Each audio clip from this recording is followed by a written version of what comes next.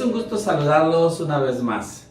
El día de hoy vamos a continuar estudiando nuestra colección acerca de las parábolas de Jesús. Y en esta ocasión quiero traer a sus corazones una nueva parábola, la cual le he llamado El Señor te quiere servir. El Señor te quiere servir. Y la vamos a basar en el Evangelio de Lucas, en el capítulo 12 del 35 al 40. Esta parábola, para que vayamos adentrándonos, es mayormente conocida como los siervos vigilantes. Pero el día de hoy vamos a ver otra aplicación que podemos darle a esta parábola para aprender acerca del reino de Dios.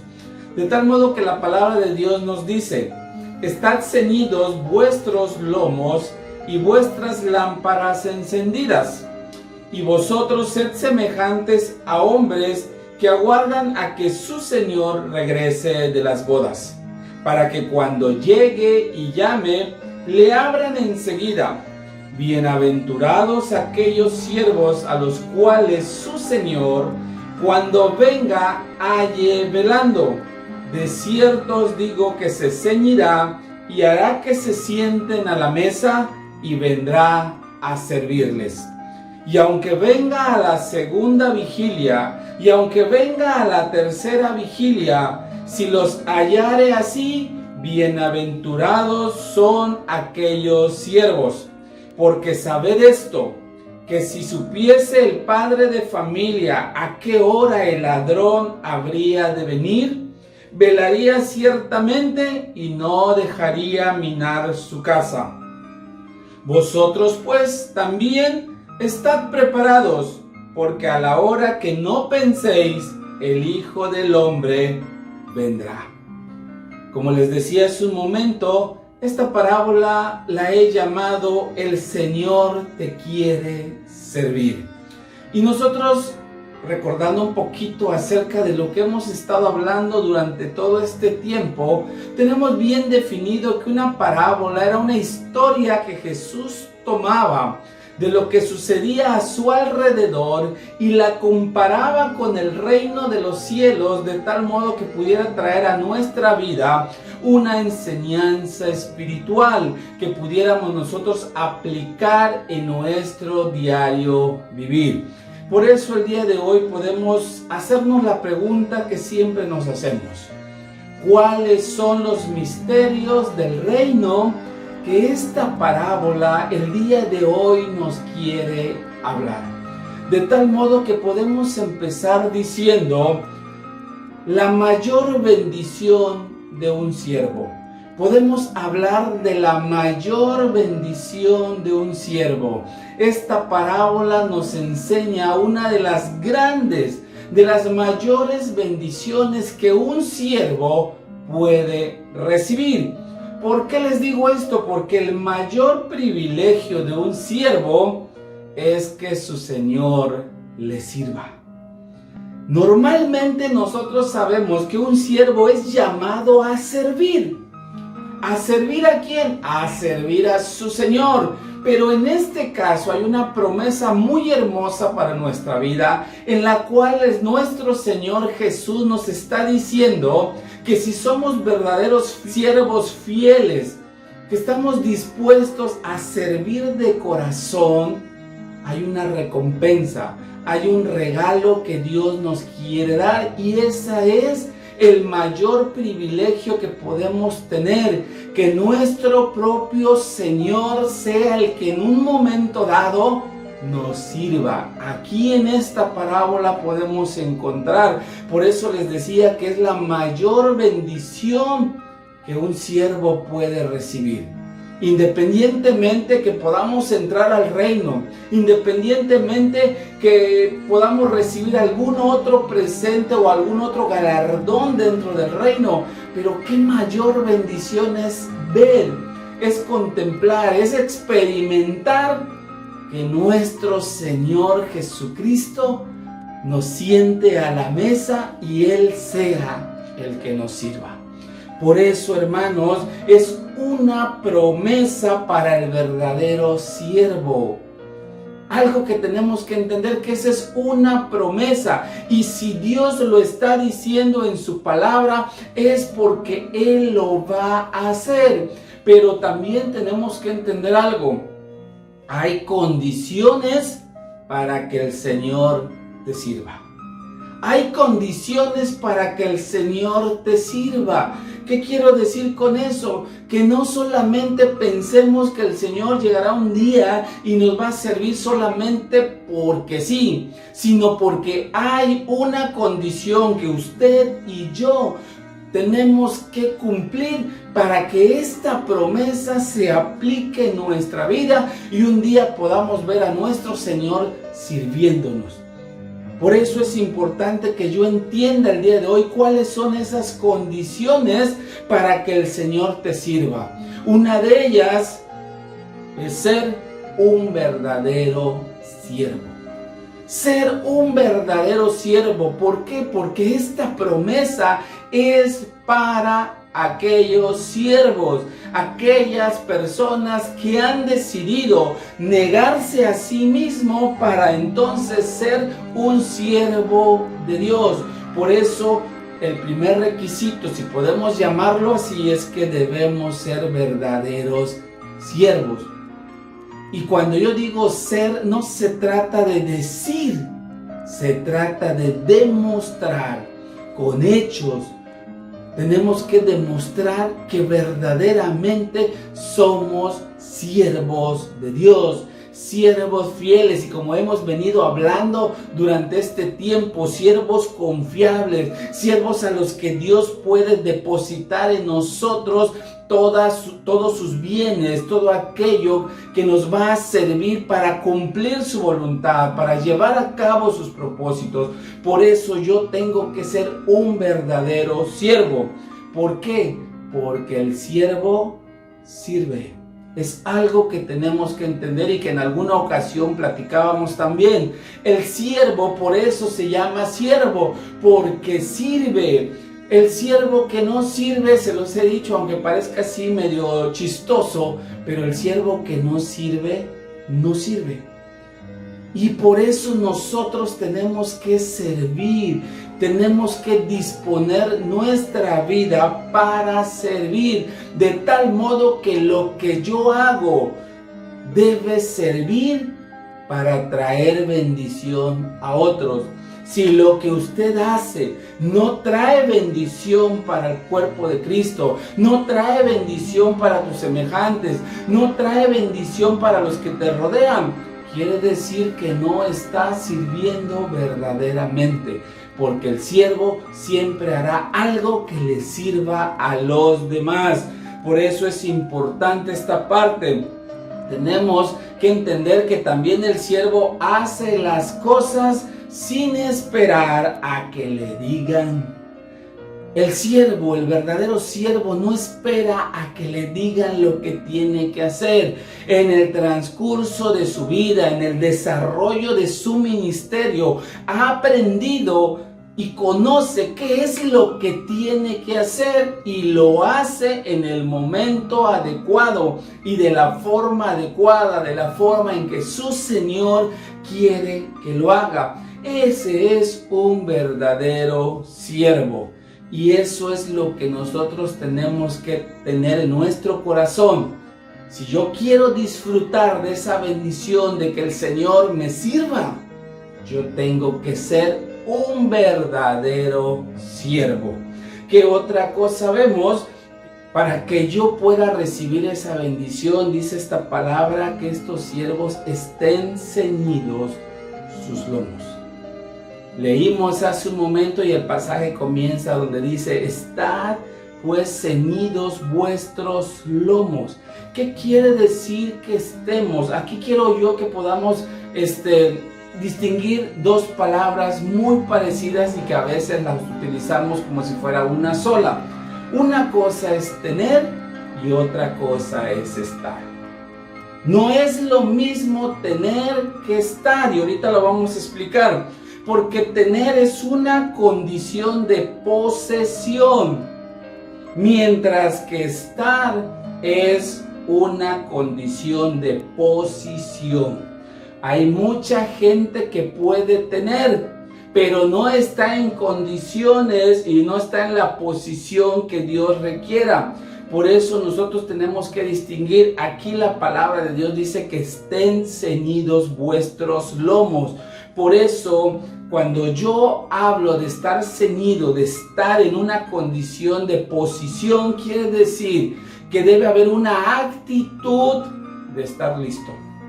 Cuando la Biblia habla de estar ceñidos, quiere decir que estamos preparados, estamos listos, estamos alertas. Por eso un siervo siempre está pendiente de lo que su Señor quiere que haga. Por eso, cuando habla aquí de estar ceñidos vuestros lomos, los lomos, de acuerdo a la palabra, es esta parte de la espalda que servía precisamente para poner ahí el cinturón o el cinto que amarraba toda la vestidura. ¿Y eso qué era? Estar preparado, estar listos por si necesitan actuar, si necesitan salir, si necesitan hacer algo. Por eso la palabra nos habla de estar ceñidos vuestros lomos. En otras palabras, es estar en disposición de actuar. Hay mucha gente que puede tener, pero no está en disposición de actuar. Si nosotros pensamos un poquito acerca de los dones espirituales, hay mucha gente que tiene dones, pero sin embargo no lo sabe o no los conoce. Esos los pone en una posición de no estar dispuestos a actuar porque no saben lo que tienen que hacer. Mientras que cuando hablamos de estar, quiere decir que tenemos que tener esa disposición de actuar.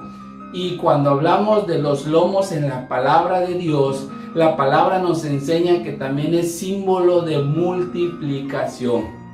Hay partes en la Biblia que nos hablan que para poder multiplicarse, para poder procrear, la fuerza venía, dice, de los lomos. Por eso esta parte nos habla que el verdadero siervo, el siervo que va a recibir esa bendición de que su Señor le sirva, tiene que estar en disposición de actuar cuando su Señor lo requiera. ¿Qué otra cosa vemos? Es que siervos o los siervos estén sus lámparas encendidas. El pasaje que leímos dice que también deben estar sus lámparas encendidas. ¿Eso qué quiere decir? El otro día hablábamos acerca de las lámparas encendidas cuando hablábamos de las 10 vírgenes. ¿Qué significa? La autoridad. Quiere decir que cuando se refiere a las lámparas encendidas, debemos nosotros o estos siervos, todos aquellos que decimos ser verdaderos siervos, debemos usar la autoridad de la palabra.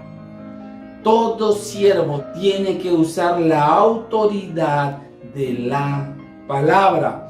Por eso es importante que el siervo también tiene que conocer la palabra. No solamente el hacer las cosas, sino también el entender por qué las hacemos. Es importante. En otras palabras, estos siervos guían a otros con la palabra. Cuando la Biblia nos habla de que estén encendidas las lámparas, quiere decir que debemos guiar a otros en la palabra. Por eso es importante que no seamos ignorantes de la palabra. Pero más aún, cuando habla de lámpara encendida, ¿para qué nos sirve una lámpara? Para alumbrar. Y cuando tú alumbras, cuando todo está oscuro, ¿qué es lo que sucede? Sucede que facilitan el caminar de otros. Trate usted de caminar en medio de la oscuridad, que no hay absolutamente nada de luz. A veces caminamos con temor porque no sabemos si hay un hoyo en el camino, si hay una piedra, si hay un obstáculo, si hay algo. Pero cuando la lámpara está encendida, eso nos guía para poder caminar seguro. Pero cuando habla aquí la Biblia es que también nosotros tenemos que facilitar el caminar de otros. Así como en algún momento alguien nos facilitó el caminar, nosotros también tenemos que hacerlo con las personas. ¿Qué otra cosa vemos aquí en las escrituras, en esta parábola? Es que también los siervos estén esperando el regreso de su Señor. Los siervos tienen que estar esperando el regreso de su Señor. Lo que leímos dice que estos siervos tenían que estar esperando cuando su Señor regresara de las bodas. ¿Qué quiere decir? Que estemos esperando, que estén ansiosos de que el Señor regrese. Usted y yo el día de hoy tenemos que estar ansiosos de que nuestro Señor regrese. La promesa de Dios es que nuestro Señor Jesucristo regresaría por segunda vez para venir a buscar a su pueblo, a su iglesia, a la novia, para poder estar en las bodas del Cordero. Por eso debemos estar ansiosos que regrese. Hay mucha gente que el día de hoy quisiera que no regresara el Señor. Pero nosotros tenemos que estar ansiosos. ¿Por qué? Porque no debemos tener temor a que el Señor regrese. Hoy en día hay mucha gente que tiene temor que el Señor regrese. ¿Por qué? Porque no ha dejado su vida de pecado, no ha dejado su pasado, no ha dejado que Dios lo vaya moldeando y formando. Sigue viviendo su antigua vida. Y entonces, ¿qué es lo que sucede? No quieren que el Señor regrese, tienen temor que el Señor regrese. ¿Por qué? Porque posiblemente los hallen faltos, como dice la palabra, salgan reprobados cuando su Señor les pida cuenta de lo que han hecho con lo que les fue entregado. Por eso tenemos que estar ansiosos, hermanos. En otra palabra, estar preparados para el regreso del Señor. Cuando la Biblia dice que estos varones esperaban a su Señor, ellos estaban preparados. Ellos sabían que cuando su Señor viniera tenían que tener todo listo. Usted y yo tenemos que estar preparados.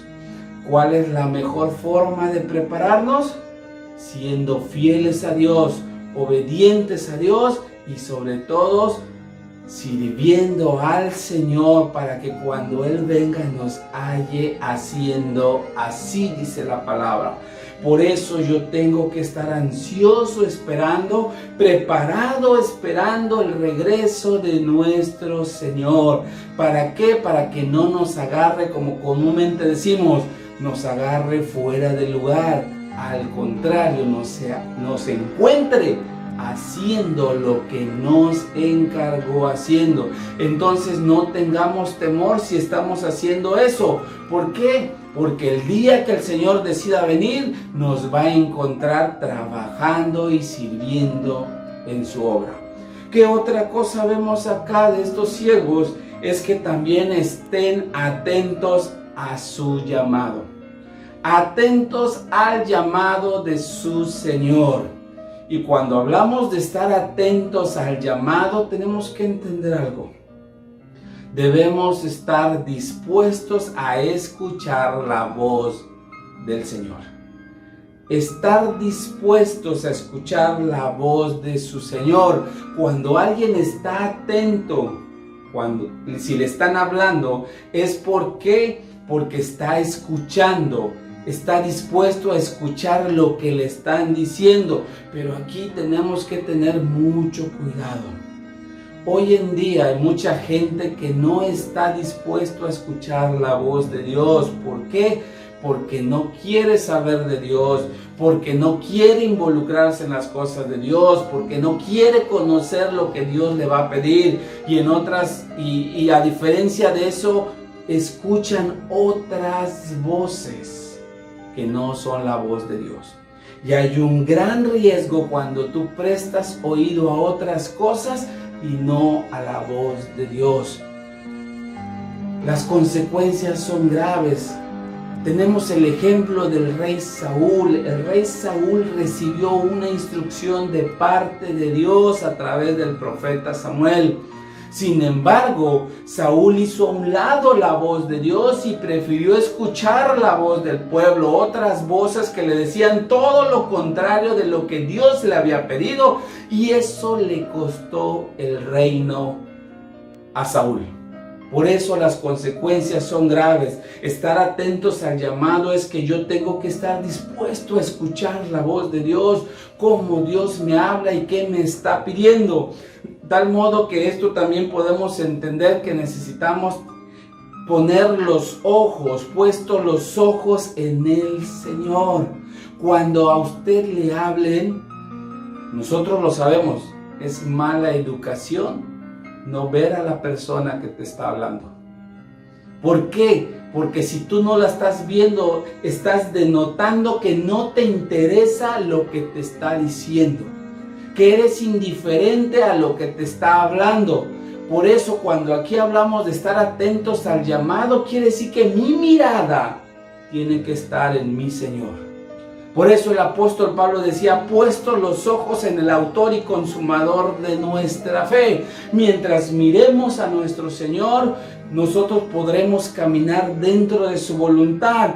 Pero desgraciadamente hay mucha gente que prefiere mirar a los demás, lo que hacen los demás o lo que dejan de hacer los demás, o inclusive se ponen a ver las circunstancias que están viviendo. ¿Cuántas veces Dios nos ha dado promesas? Y en lugar de mirar la promesa y confiar en lo que Dios me ha dicho, aplicar mi fe en lo que Dios me ha hablado, empiezo a ver las circunstancias y eso genera en mí una duda. Y entonces se va la fe de nuestro corazón. Y por eso nos da temor ver que las cosas no están sucediendo como Dios dijo que iba a ser. ¿Por qué? Porque estamos viendo las circunstancias. Cuando la Biblia me habla que yo debo estar atento al llamado, quiere decir que mi mirada tiene que estar en Dios. Porque tenemos un Dios fiel que cumple sus promesas. Puede pasar, dice la Biblia, pasará cielo y tierra, pero su palabra no va a pasar, se va a cumplir, pase lo que pase. Por eso, si Dios te ha dado una promesa, pon tu mirada en el Señor. No mires a tu alrededor, no mires las circunstancias, no mires a los demás. Pon tu mirada en el Señor y verás cómo la promesa se va a cumplir en tu vida. Por eso, estar atentos a su llamado es actuar en obediencia. Pero esa obediencia tiene que ser al instante. ¿Por qué? Porque la Biblia dice que estos hombres, estos siervos, esperaban a su Señor a que Él les llamara, dice, para que enseguida le abrieran la puerta. ¿Qué quiere decir? Que hay una obediencia inmediata, una obediencia instantánea que nosotros debemos vivir y aplicar todos los días. Hay mucha gente que cuando Dios le da una instrucción, una orden, no quiere hacerlo, pone pretextos, o nos dice mañana, otro día, cuando yo me prepare, cuando me sienta mejor, y empezamos a poner muchas excusas y pretextos que no nos dejan obedecer a Dios en el momento en que Dios lo hace. ¿Cuántos de nosotros, cuántos de los que me están escuchando alguna vez han repetido el Padre Nuestro? ¿Y cuántas veces hemos dicho, hágase tu voluntad en el cielo como en la tierra, como se hace en el cielo? Pero ¿te has preguntado cómo se hace la voluntad de Dios en el cielo, hermano? En el cielo, cuando Dios da una orden a los ángeles, ahora sí que literalmente van volando a cumplir esa orden. Y a veces no estamos dispuestos nosotros a hacerlo. Queremos hacerlo cuando a nosotros nos parezca. Entonces es una incongruencia si yo alguna vez he dicho, Señor, haz tu voluntad en la tierra como se hace en el cielo, porque muchas veces no lo hemos hecho. La voluntad de Dios se tiene que cumplir al instante. Por eso, si tú obedeces al instante a Dios, está la promesa. El Señor mismo va a venir a servirte. Eso es lo que Dios quiere hacer en tu vida. ¿Qué otra cosa vemos acá? que los siervos estén velando. Dice la palabra de Dios que cuando el Señor venga los encuentre velando. ¿Y qué es estar velando? Cuando hablamos de velar o de estar velando, no nos estamos refiriendo a pasar un rato, un momento cuidando a un muerto. No es lo que Dios nos está diciendo. Tampoco nos está diciendo que no es solamente estar despiertos. Hay mucha gente que a lo mejor no duerme, que se mantiene despierto, pero no hace nada. No es estar despierto, estar velando. Hermanos, estar velando es cuidar las ovejas. Por eso vemos en este pasaje que decía, si viene a la primera vigilia o si viene a la segunda, y otros pasajes que hablan hasta la tercera vigilia, quiere decir a la hora que venga en la madrugada nos encuentre cuidando las ovejas. En otras palabras, estar trabajando y sirviendo al Señor. Eso es lo que significa velar. Estar cuidando, estar trabajando, estar sirviendo. No es mantenerse despierto. Le decía yo hace un momento, hay mucha gente que se mantiene despierto, pero está haciendo otras cosas. Nosotros conocemos mucha gente que supuestamente trabaja de velador, pero se pasa toda la noche quizá viendo televisión, viendo tele y no precisamente cuidando lo que se le encargó cuidar. Por eso el velar no se refiere solamente a no dormir, sino al cuidar, al trabajar y a servir de acuerdo a lo que Dios nos ha encargado. En otras palabras, hermanos, velar significa, y lo podemos comparar con actuar como atalaya. Alguien que vela es que está actuando como un atalaya. ¿Qué es un atalaya? Aquel que está vigilando, aquel que está mirando y cuando ve venir un peligro avisa, o cuando hay algo bueno también lo avisa. Eso es lo que la palabra de Dios nos enseña, que nosotros debemos estar velando si queremos que cuando llegue el momento nuestro Señor nos sirva. Eso es lo que podemos encontrar en esta parte. Pero después de esto podemos ver recompensas para el siervo. Este pasaje podemos ver 3 recompensas que Dios le da a esos verdaderos siervos que cumplen lo que acabamos de hablar hace un momento. ¿Cuáles son esas recompensas? Primeramente dice la Biblia, bienaventurados. Bienaventurado. ¿Y se acuerdan cuando hablábamos de las bienaventuranzas? Si usted no se acuerda, le invito a que entre al canal y que pueda usted irse a buscar los temas de las bienaventuranzas cuando las estudiamos. Pero bienaventurado es un candidato para que Dios derrame sobre él felicidad plena. Es un candidato de Dios y Dios va a derramar felicidad plena sobre él. En otras palabras, bienaventurados también significa doblemente dichoso. Una persona dichosa, una persona feliz que no le preocupan las cosas. Pero hay algo que Dios me mostró también dentro de esta palabra de bienaventurado que quiero dejar en sus corazones, que es el regalo que nadie te puede quitar. Ser bienaventurado es recibir el regalo que nadie te puede quitar. Y cuando digo que nadie, es que no hay absolutamente ningún ser que te pueda quitar ese regalo. Ni el mismo Satanás y sus demonios te podrán quitar ese regalo que Dios te ha dado. Por eso Dios dice, bienaventurado es ese siervo que esté sirviendo, que está esperando a su Señor. Y lo primero que va a suceder es que será un bienaventurado. Nadie le va a poder quitar, ninguna circunstancia le va a poder quitar el regalo que Dios le ha dado. Y es algo que usted debe creer. Cuando la Biblia te habla de esto, Dios te está diciendo a ti que me estás viendo, nadie te va a poder quitar el regalo que Dios te ha dado, porque eres un bienaventurado. Eso es lo que aprendemos aquí. La segunda recompensa que nosotros podemos ver es que el siervo se sentará a la mesa del Señor. Qué mayor privilegio, sentarnos a la mesa del Señor. ¿Eso qué quiere decir?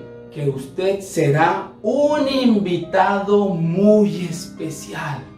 No es cualquier invitado, usted es un invitado muy especial para Dios. Por eso te tiene reservado un lugar en su mesa, para que ahí nos sentemos y el Señor venga a servirnos.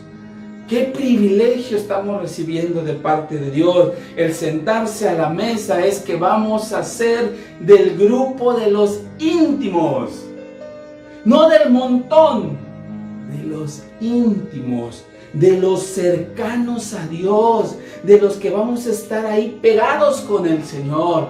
Por eso Él va a venir a servirnos, porque somos del grupo de los íntimos de Dios. ¿Se acuerdan de los 12 discípulos? Cuando estaban en intimidad con el Señor les enseñaba lo que a otros no les enseñaba. Conocieron al Señor de una manera muy diferente a la que los demás conocían. Pudieron aprender y aprender de la sabiduría que emanaba de nuestro Señor Jesucristo. Y ellos pudieron aprender, estar ahí pegados, ser de esos íntimos del Señor. Por eso cuando hablamos también de que nos sentaremos a la mesa, es que será del personal de confianza. Aquel que se siente en la mesa del Señor será del personal de confianza de Dios. Imagínense qué privilegio ser de esos sobre los cuales Dios confía. Por eso hablamos de los siervos confiables, aquellos a los que se les puede confiar. Qué recompensa más grande Dios nos quiere dar. Pero la tercera recompensa, ¿cuál es? Y eso es lo que deriva el título de esta parábola. El Señor le va a servir. El Señor le va a servir. Dice la palabra que el Señor se ceñirá sus vestiduras, lo sentará en la mesa y le servirá. Él mismo nos va a servir. Qué privilegio más grande. Por eso les decía, es una de los mayores honores que podemos recibir como siervos. Por eso es una de las mayores honras para un siervo, el que su mismo Señor le sirva.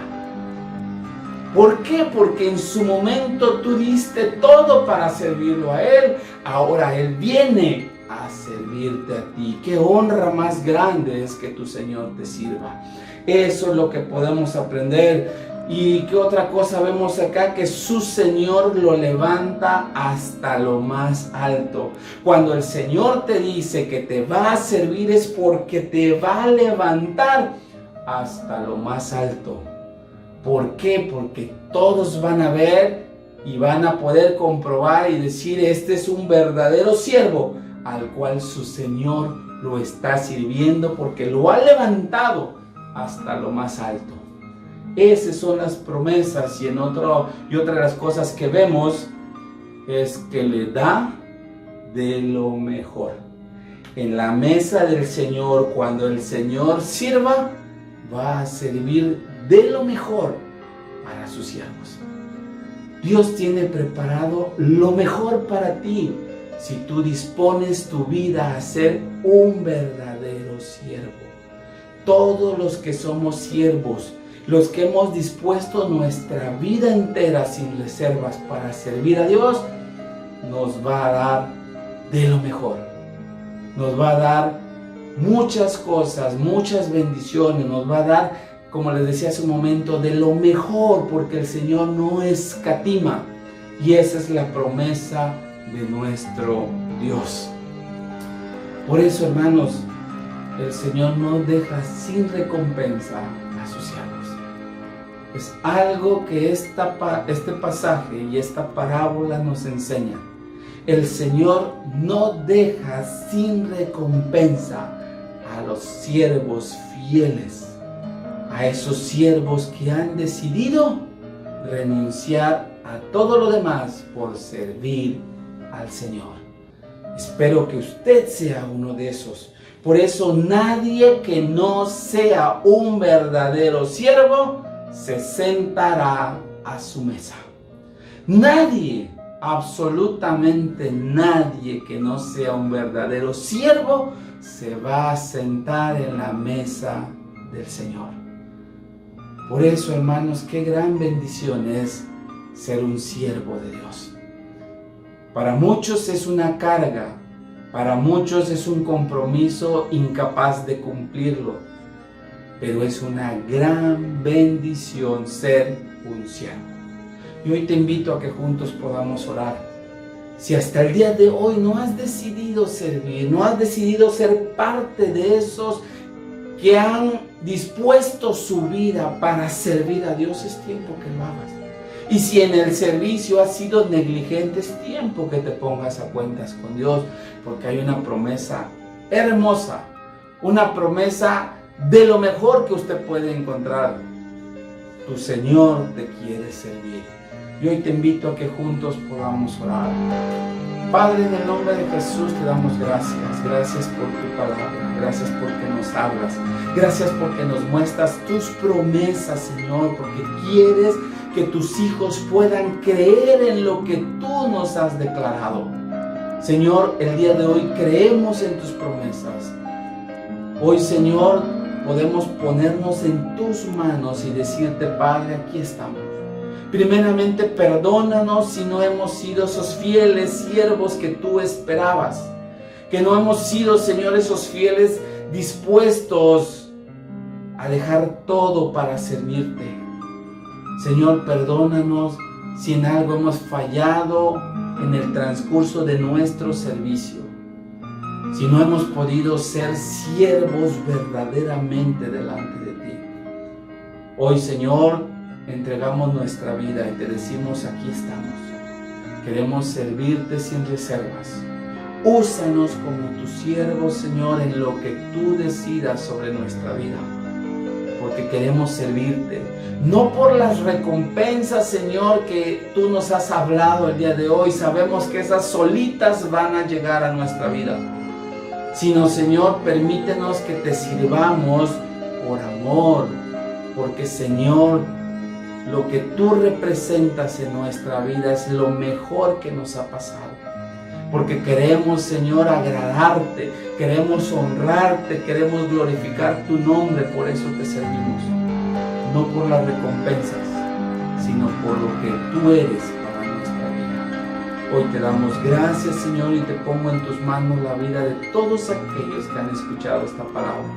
Que puedas llegar a sus corazones y que puedas, Señor, transformar y hacer de ellos verdaderos siervos fieles que han decidido dejar todo para caminar contigo y servirte y cumplir tus propósitos. Te damos la gloria y la honra, Padre, en el nombre de Jesús. Amén y amén. Y antes de despedirnos, permítanme dejar en sus corazones esto. El Señor desea servirte. ¿Tú deseas ser un verdadero siervo? El Señor desea servirte, hermano. Esa es su promesa que ha establecido. Pero el problema es, ¿tú realmente quieres ser un siervo de Dios? Que Dios te bendiga y nos vemos para la próxima.